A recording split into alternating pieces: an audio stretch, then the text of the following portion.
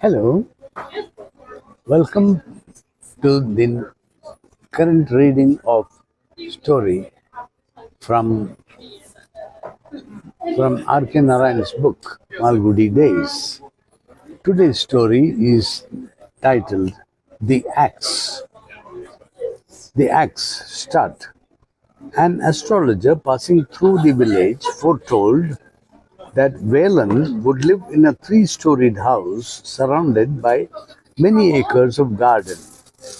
At this, everybody gathered round young Valen and made fun of him.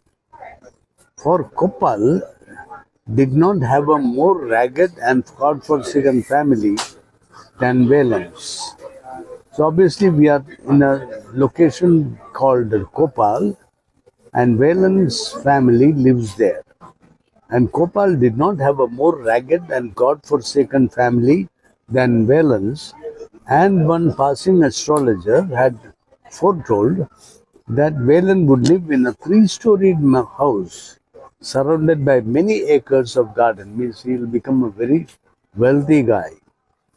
His father had mortgaged every bit of property he had and worked with his whole family on other people's lands in return for a few annas a week. So this Valen he had property which his family had bequeathed to him, and he had mortgaged every bit of property he had. And he, along with his family, had worked on other people's properties for a few annas a week. Anna is a unit of money. Rupee was the unit, and anna was a part of a rupee. So 16 annas make 1 rupee. And so he worked for a few annas a week for the entire family. A three-storied house for Valen, indeed. But the scoffers would have congratulated the astrologer if they had seen Valen about 30 or 40 years later. He became the sole occupant of Kumar Bagh, that palatial house on the outskirts of Malgudi town. So he did become, after 40 years, 30 or 40 years later, he did become the sole occupant of Kumar Bagh, the palatial house on the outskirts of Malgudi town. When he was 18, Velan left home. His father slapped his face one day for coming late with midday meal. Coming late with the midday meal. He had brought the midday meals late. So his father slapped him. And he did that in the presence of others in the field. Velan put down the basket, glared at his father, and left the place.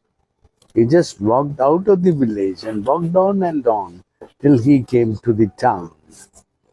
He starved for a couple of days, begged wherever he could, and arrived in Malgudi.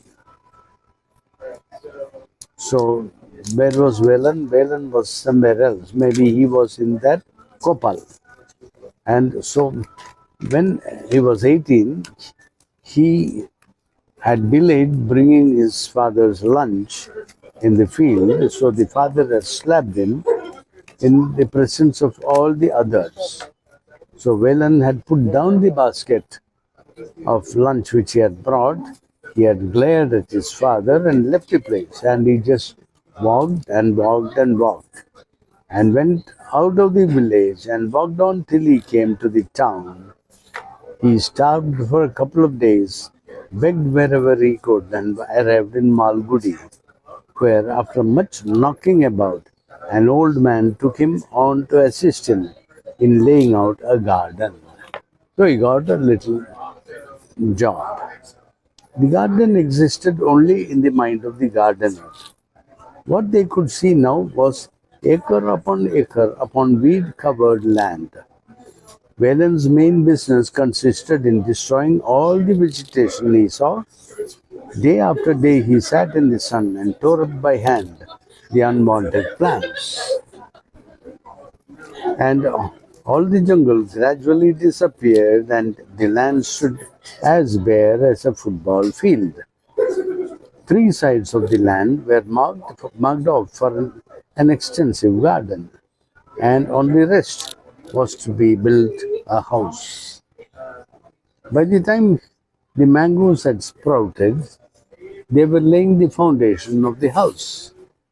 About the time the margosa sapling had shot up a couple of yards, the walls were also coming up. So, along with the seasons, the plants were growing and flowering and fruiting, and the house construction was progressing. The flowers, hibiscus, chrysanthemum, jasmine, roses, and canna, in the front part suddenly created a wonderland one early summer. So he had planted hibiscus, chrysanthemum, jasmine, roses, and canna. So these are the English names, and these would have names in your language also. So these created a wonderland one early summer. Whelan had to raise with the bricklayers. He was now the chief gardener. The old man he had come to assist having suddenly fallen ill. So Whelan was the gardener and was the builders who were building the house. And Whelan had a regular raise with the bricklayers, the builders. Whelan was proud of his position and responsibility. He keenly watched the progress of the bricklayers and whispered to the plants as he watered them. Now look sharp, young fellows, the building is going up every day.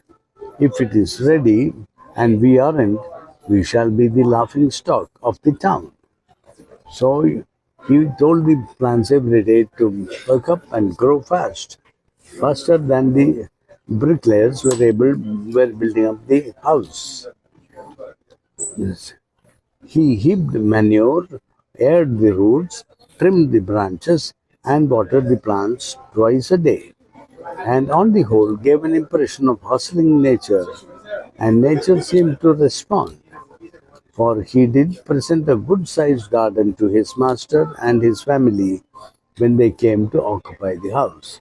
So Whelan worked hard and built up a good garden, and it was all ready and flourishing when the master came to occupy the house.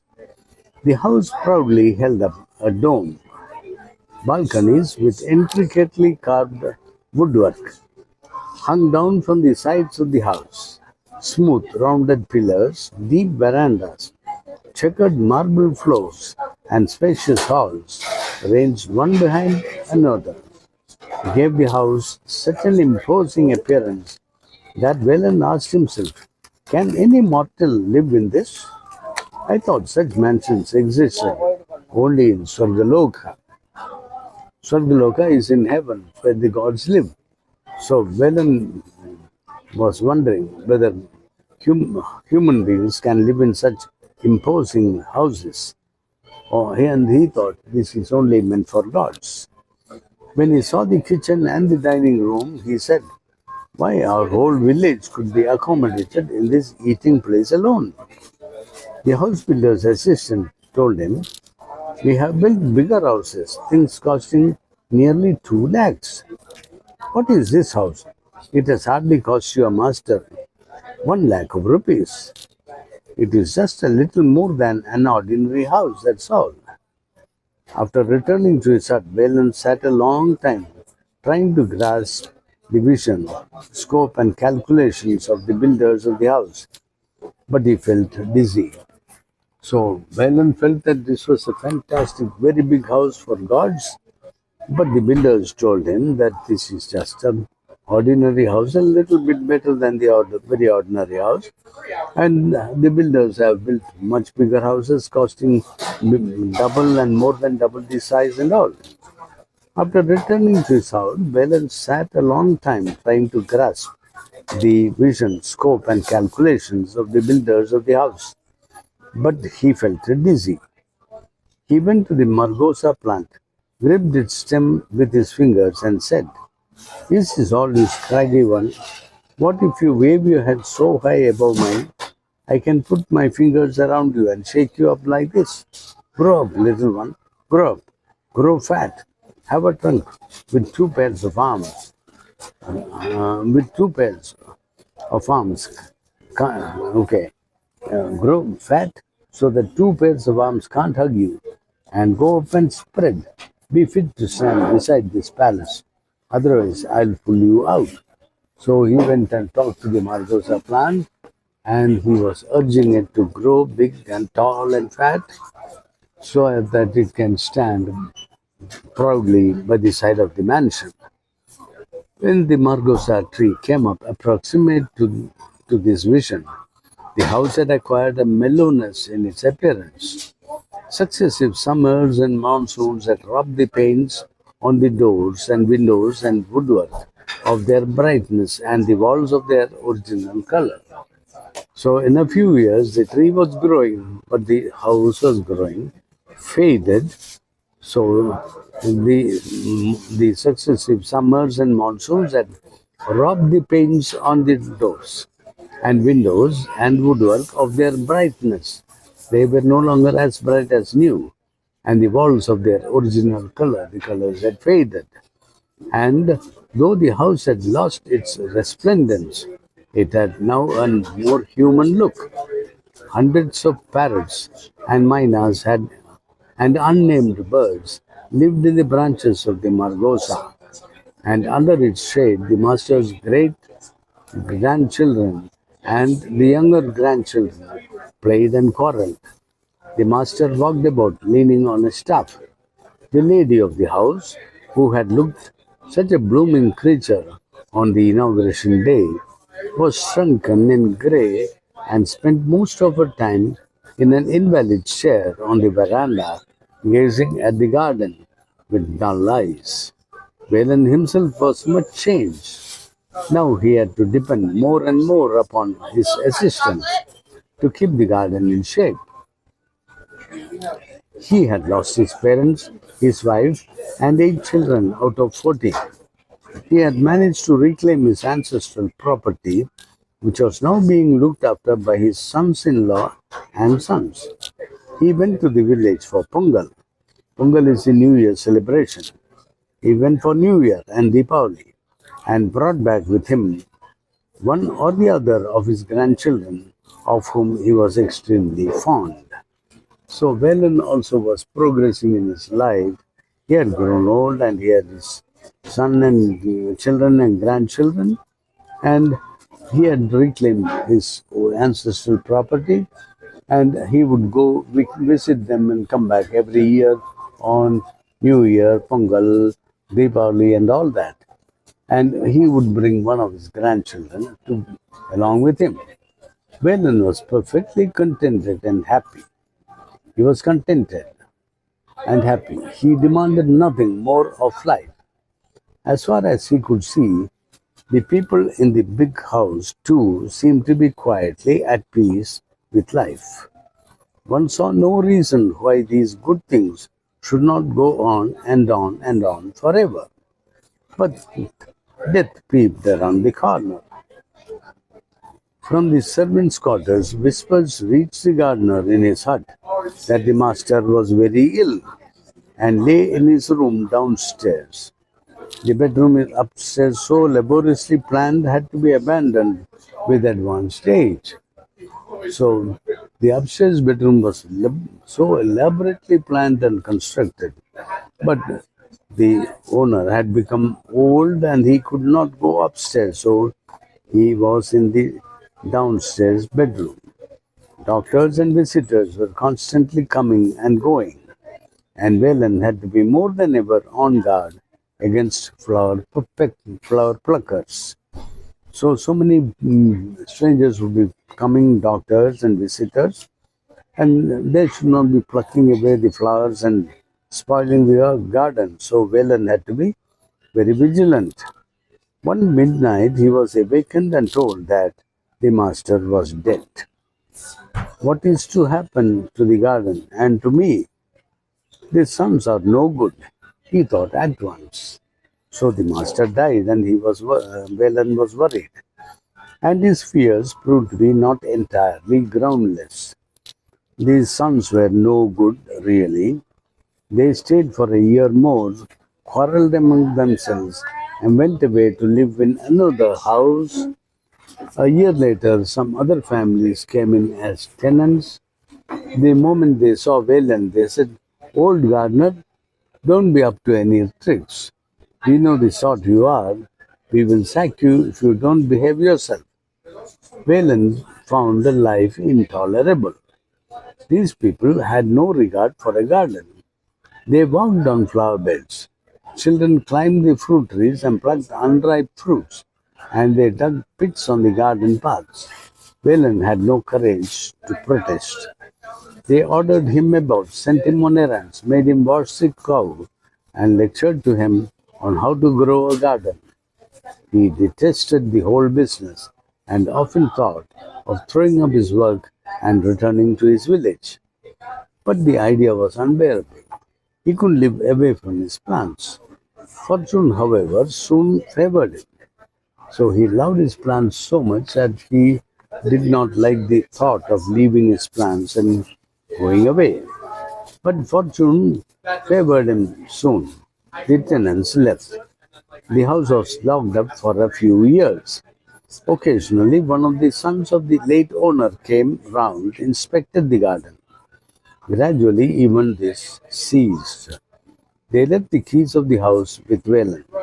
Occasionally, a prospective tenant came down, had the house opened, and went away after remarking that it was in ruins. Plaster was falling off in flakes. Paint on doors and windows remained only in a few small patches, and white ants were eating away all the cupboards and shelves. A year later, another tenant came, and then another, then a third. No one remained for more than a few months. And then the house acquired the reputation of being haunted. Even the owners dropped the practice of coming and seeing the house. Wayland was very nearly the master of the house now. The keys were with him. He was also growing old. Although he did his best, grass grew on the paths. Weeds and creepers strangled the flowering plants in the flower garden. The fruit trees yielded their load punctually. The owners leased out the whole of the fruit garden for 3 years. Wayland was too old. He shut His hut was leaky, and he had no energy to put up a new thatch. So he shifted his residence to the front veranda of the house. It was a deep veranda running on 3 sides, paved with checkered marble. The old man saw no reason why he should not live there. He had as good a right as the bats and the rats. When the mood seized him, about once a year, he opened the house and had the floor swept and scrubbed. But gradually he gave up the practice. He was too old to bother about these things. Years and years passed without any change. It came to be known as the ghost house, and people avoided it. Wayland found nothing to grumble about in this state of affairs. It suited him excellently. Once a quarter, he sent his son to the old family in the town to fetch his wages. There was no reason why this should not have gone on indefinitely. But one day, a car sounded its horn angrily at the gate. Wayland hobbled up with the keys. "Have you the keys? Open the gate," commanded someone in the car. "There is a small side gate," said Wayland meekly. "Open the big gate up for the car." Wayland had to fetch a spade and clear the vegetation which blocked the entrance. The gates opened on rusty hinges, creaking and groaning. They threw open all the doors and windows, went through the house keenly examining every portion, and remarked, "Did you notice the crack on the dome? The walls too are cracked." There is no other way. If we pull down the old ramshackle carefully, we may still be able to use some of the materials, though I am not at all certain that the wooden portions are not hollow inside. Heaven alone knows what madness is responsible for people building houses like this. So this is the next generation or the third generation. They have only now come to look at the building, at the house. They went from the garden and said, "We have to clear every bit of this jungle. All this will have to go." Some mighty person looked well and up and down and said, "You are the gardener, I suppose? We have not much use for a gardener now. All the trees except half a dozen on the very boundary of the property will have to go. We can't afford to waste space. This flower garden, it's old-fashioned and crude. And apart from that, the front portion of the site is too valuable to be wasted." A week later, one of the sons of the old master came and told Velen, "You will have to go back to your village, old fellow. The house is sold to a company. They are not going to have a garden. They are cutting down even the fruit trees. They are offering compensation to the leaseholder. They are piping out the garden and pulling down even the building. They are going to build small houses by the score without leaving space even for a blade of grass." There was much bustle and activity, much coming and going, and Velen retired to his old hut. When he felt tired, he lay down and slept. At other times, he went round the garden and stood gazing at his plants. So Velen was still in the property, and he would come and gaze at the plants. He was given a fortnight's notice.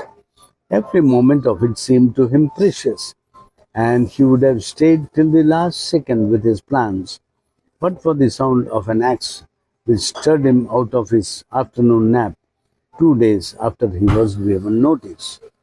The dull noise of a blade meeting a tough surface reached his ears. He got up and rushed out. He saw four men hacking the massive trunk of the old margosa tree. He let out a scream, "Stop that!" He took his staff and rushed at those who were hacking. They easily avoided the blow he aimed. "What is the matter?" they asked. Velen wept. "This is my child. I planted it. I saw it grow. I loved it. Don't cut it down." "But it is the company's orders. What can we do? We shall be dismissed if we don't obey, and someone will do it." Valen stood thinking for a while and said, "Will you at least do me this good turn? Give me a little time. I'll bundle up my clothes and go away. After I'm gone, do what you like." They laid down their axes and waited. Presently, Velen came out of his hut with a bundle on his head. He looked at the tree cutters and said, "You are very kind to an old man. You are very kind to wait." He looked at the margosa and wiped his eyes. "Brothers, don't start cutting till I am really gone far, far away." The tree cutters squatted on the ground and watched the old man go. Nearly half an hour later, his voice came from a distance, indistinctly. "Don't cut yet, I am still within hearing. Please wait till I am gone further." And that's the end of the story. Such a pathetic tale. Poor thing, he has planted the tree, seen it grow, and loved it. And now they are cutting it, and he is so sad. It's like cutting your own child. But that is the story. It's a nice story. But it's the axe. Story is called Axe. So leaves an unhappy feeling with us. Thank you. Another story, another day. Bye bye.